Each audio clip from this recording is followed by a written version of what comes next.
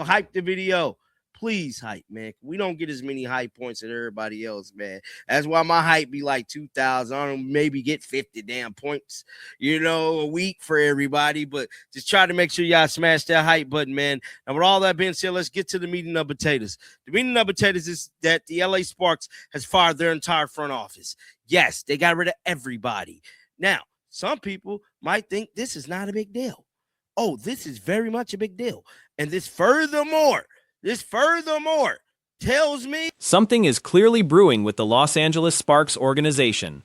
Anyone paying attention to recent developments would have reason to connect several threads together. Reports first surfaced through Jason Whitlock, who appears to have been among the earliest to suggest the Sparks might be positioning themselves for a potential Caitlin Clark pursuit down the road.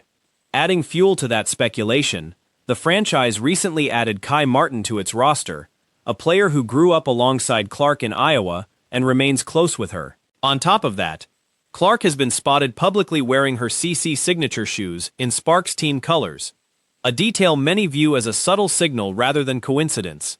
When several unusual patterns line up this consistently, it becomes difficult to dismiss as random chance. Furthermore tells me they're cooking up something, very much something. So it said Sparks has agreed to part ways with general manager Reagan Pebble. But she wasn't the only one that got fired either. But we going to read this statement that was released by the LA Sparks, bruh. It says Sparks agreed to part ways with general manager. The LA Sparks have agreed to part ways with their general manager effectively today. In the interim, general manager duties will be by assistant Zach Knowlton. Moving to the central development, the Los Angeles Sparks have parted ways with their entire front office leadership. General manager Reagan Peebles is no longer with the organization, and she was not the only departure. According to the official statement released by the team, the split with the general manager takes effect immediately, with interim GM responsibilities being split between assistants Zach Knowlton and Nate Nelson. Team governor and managing partner Eric Holloman thanked Peebles for her leadership and dedication to both the Sparks organization and the women's basketball community more broadly, crediting her contributions to roster building and player experience as leaving a lasting mark on the franchise. The statement extended well wishes for her next professional chapter. The interim general manager duties will be by assistant Zach Knowlton and Nate Nelson. We are grateful to Reagan for her leadership and commitment to the Los Angeles Sparks and women's basketball, said managing partner and Governor Eric Holloman. Her work on the Sparks roster and player experience will have lasting positivity impact on our organization. We sincerely thank her all she has invested in the Sparks and wish her success in her next chapter. So, for context, the Sparks have struggled significantly on the court this season, a fact widely acknowledged among fans and analysts. Meanwhile, the organization has been actively promoting Kai Martin, along with Erica Wheeler, a former teammate of Clark's during her Fever days, including autograph signings and public appearances. Many observers see these moves as pieces fitting into a larger picture, possibly hinting at future plans involving Clark. Fan reaction included comments noting that virtually every other franchise appears to be maneuvering strategically, except the Indiana Fever, with some calling on the Fever front office to take similarly bold action regarding its own management, referencing the earlier departure of assistant coach Paschal. Other fan commentary directed criticism at Fever general manager Amber Cox, suggesting she reconsider her approach, alongside pointed remarks about the team's head coach. Additional criticism circulated online, blaming Fever management for trades involving Racuna Williams, personnel decisions regarding Damiris Dantas, a costly contract extension for Aaliyah Boston, and what some fans characterized as mismanaging the franchise's long-term outlook, labeling the front office decisions among the worst in the league. Wish her success in her next chapter. So if you guys don't know, the Sparks, they've been getting smashed, bro. They've been getting smashed, bro. I think we all could agree that they've been getting smashed. But look at this. Look at how they hyping up Kay Martin. Erica Wheeler, their former Caitlin Clark teammate. Kay Martin there signing autographs. Y'all see this? Y'all see the play? Please tell me y'all see the play. Y'all don't see the play yet? We're going to skip past Kamala Harris. But yeah, man, The broader sentiment among some fans is that the Sparks could turn things around significantly if they were able to land Clark, with several suggesting Los Angeles represents an ideal market and setting for her, given the entertainment industry ties and market size. Some speculation also touched on the possibility that a coaching change could accompany any such roster shakeup to fully align the franchise's direction. Overall, the interpretation offered is that the Sparks front office shakeup signals larger strategic moves in progress, executed swiftly and without much warning. See the play yet? We're gonna skip past Kamala Harris. But yeah, man. To me, this is just my personal opinion, is that it looked like they could be trying to make a run for Caitlin Clark, man. Somebody said everyone making moves except the Indiana Fever. Exactly. Indiana, be brave. Do the same with your GM. The one who who thought it was okay to let Pascott go. Well, how interesting. Hey, Amber Cox, maybe you can read in between the lines. The front office shakeup has reignited national conversation surrounding Caitlin Clark, shifting what began as an internal team personnel decision into a much larger league-wide talking point. Discussion also touched on how Clark's playing time has been managed recently compared to other players on the floor, referencing specific minute totals across quarters, including stretches where she saw limited time in a particular period. There was also mention of her potentially returning to game action again soon, though some details around her recent playing schedule were acknowledged as uncertain. Read in between the lines. Hope God guide your next along with Kelly and take your nasty coach with you. Only prayers up for now. The universe is listening. Please let the Fever GM be next, bro. Pebbly should apologize to Sparks fans for trading Rika, giving up Malanga, handing Atkins an insane contract, and throwing away the future worst GM ever. The only lasting impact she has will be the years it takes to clean up. Separately, attention turned to Sophie Cunningham, who became a major talking point after appearing at a UFC event as a surprise ring card girl. Video of the moment circulated widely and quickly gained traction online. According to UFC President Dana White, the appearance was not planned in advance. He mentioned deciding to bring her out only minutes before it happened, describing an existing friendly relationship between them and recounting a lighthearted exchange leading up to the moment. Lasting impact she has will be the years it takes to clean up this mess. I'm telling you right now, y'all could clean up this mess if y'all get Caitlin, bro. If y'all make a run to get Caitlin Clark, it is over with. I'm telling you, Caitlin Clark in Hollywood, bro. I think LA is one of the best places for CC, bro. It don't make sense for her to go to anywhere else, any other team. The Sparks fit.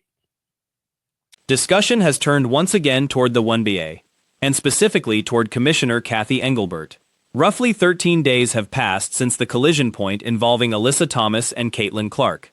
An incident that included a punch near the throat, a stomp that received far less attention than it deserved, and a knee strike that landed low on Clark. That backdrop set the stage for what followed just days later, when veteran broadcaster Dan Patrick publicly called out Engelbert for backing away from a scheduled sit-down. Go to anywhere else, any other team.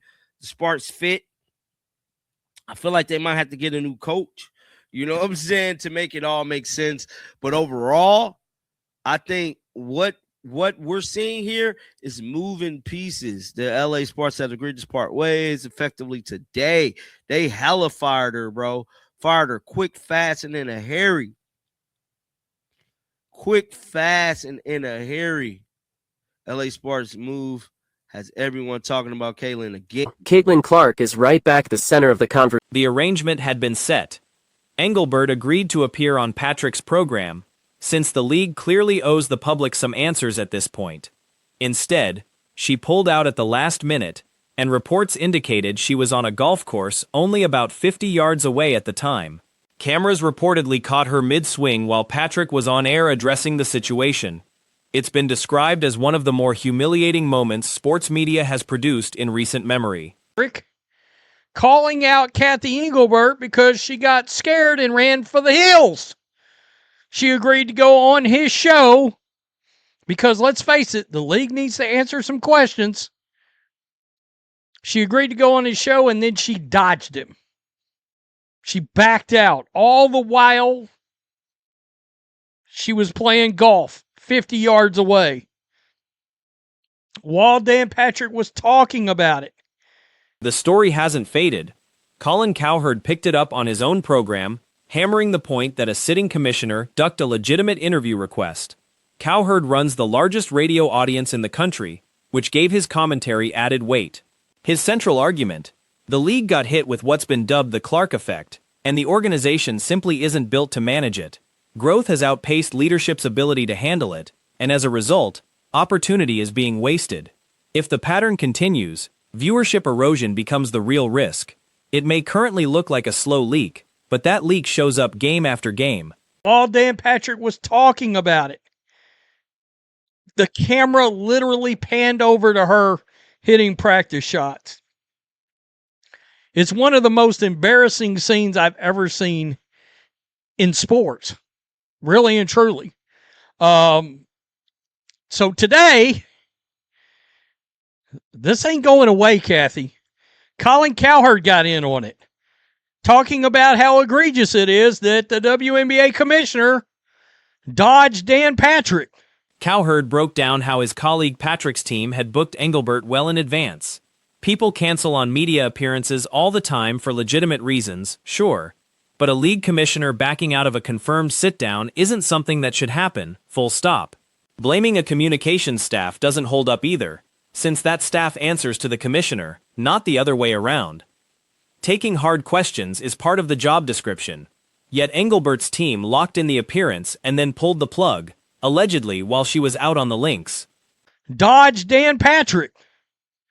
Well, congratulations. Cowherd's got the biggest radio show in the country. In the country. And it's pretty funny because he says something interesting.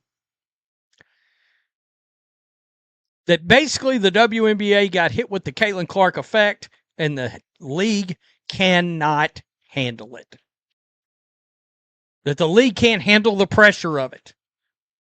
So they're squandering this opportunity. They can't. Patrick, for his part, aired his frustration live, noting that the entire exchange amounted to nothing more than a reporter trying to do his job by asking direct questions. Agreeing to something and then reversing course sends the wrong signal, especially given how significant this era is for the league. Expansion is underway, chatter is everywhere, and this was a chance to address it head-on. That reaction from Patrick is being characterized as entirely fair. He's a longtime veteran of the business, respected for professionalism built over decades. Live radio doesn't come with a safety net. No editors cutting the tape, no do-overs. A genuine, unfiltered reaction in the moment is viewed as good broadcasting, not something to be criticized. Commissioners simply don't cancel on interviews like that. It's opportunity. They can't handle it. They can't handle the growth of the league that they've had. No, don't worry, if this keeps up, they won't have to worry about that any longer. Fans continue to trickle out the door. And look, you may be like, well, it's just a trickle. Yeah, they trickle out with every game. I'm just saying. They trickle out with every game. Every game and every incident. Colin Cowherd on the commit. Attention then shifted to the product itself. A recent WNBA game in Dallas was praised for strong atmosphere and quality broadcast presentation, which raised the obvious question: why does the organization keep finding ways to undercut its own momentum? The explanation offered centers on scale. Every professional league deals with ownership groups, front offices, and media scrutiny, but since Clark's arrival, the WNBA's trajectory has shifted dramatically. Charter travel is now standard. 3 expansion franchises have joined the league. The Golden State franchise carries a valuation north of $1 billion. Crowds are regularly topping 20,000. Portland and Toronto's new teams have both been called successes, drawing similarly large crowds. A recent matchup between the Toronto and Montreal franchises reportedly pulled in about 20,000 fans. Promotional material has stirred up its own controversy. Every incident. Colin Cowherd on the commissioner. So the WNBA has stepped in a lot, and a lot of people, myself included, have been critical. So Dan Patrick, you know Dan Patrick, he had scheduled his staff, good staff. They had scheduled Kathy Engelbert, the commissioner of the WNBA. Now, all of us in this business have people bail on us. I've lost people. You know, some people get busy, they forget whatever, or they just don't want to do it. Commissioners should not bail on scheduled interviews. The league has reportedly stumbled enough times that it's now outperforming the NHL in television ratings, with Clark's name recognition rivaling that of major stars in professional hockey. Most of the time, though, hockey still wins out in certain head-to-head measures overall. Some elements of hockey's standing among the traditional major sports have even been debated, with arguments floated that mixed martial arts has overtaken it in cultural relevance. Regardless, Clark's ability to drive merchandise sales and television numbers is being described as unmatched even within an established, legitimate sport like hockey. Ever. And you should never blame your PR department because you are their bosses. You are over the PR department. They answer to you. Or they should, if you got any guts, any backbone. I mean, that part of being a commissioner is being responsible and taking tough questions. So Kathy Engelbert, the Dan Patrick staff, booked her, and she bailed. And bigger venues, bigger crowds, bigger revenue streams, new travel logistics, a genuine superstar, and heavier media scrutiny. All of it adds up to an organization struggling to keep pace with its own success. The comparison drawn is to a high-end chef opening a restaurant in a major city. If it fails, it becomes a headline story. A lesser-known restaurant, failing quietly in an ordinary neighborhood, draws no attention at all. That's simply the cost of visibility. Facing criticism and pressure is framed as a kind of privilege, one that comes bundled with relevance and attention. That same framing was extended to the Indiana franchise and its head coach, Stephanie White. Being scrutinized constantly is uncomfortable, but it beats being ignored entirely. The alternative to pressure and scrutiny is irrelevance and empty bank accounts. Some have compared the franchise's cultural footprint to that of a marquee NFL franchise, at least in terms of attention. Booked her, and she bailed. And apparently, I didn't see it, but was, 100 yards off just playing golf. Just 100 yards off playing. It was closer than that, Colin. It was closer than that. Look at his face when he says that. Because you can't believe that this is a professional league you're talking about. And she bailed. And apparently, I didn't see it, but was, 100 yards off just playing golf. The overall assessment is that the league needs a decisive leadership figure, someone compared to NBA Commissioner Adam Silver. Engelbert, meanwhile, is described as being in the middle of a full-blown public relations crisis, having yet to publicly address the Thomas Clark incident directly. There was also confusion over claims that Thomas said she hadn't heard from the commissioner's office, which the league reportedly disputed, saying outreach had in fact been made directly. Apparently, I didn't see it, but was, 100 yards off just playing golf. That would add to it. So Dan Patrick went on the air, and he was very upset about it. We're just trying to be a journalist here. That's all. We're just trying to ask questions.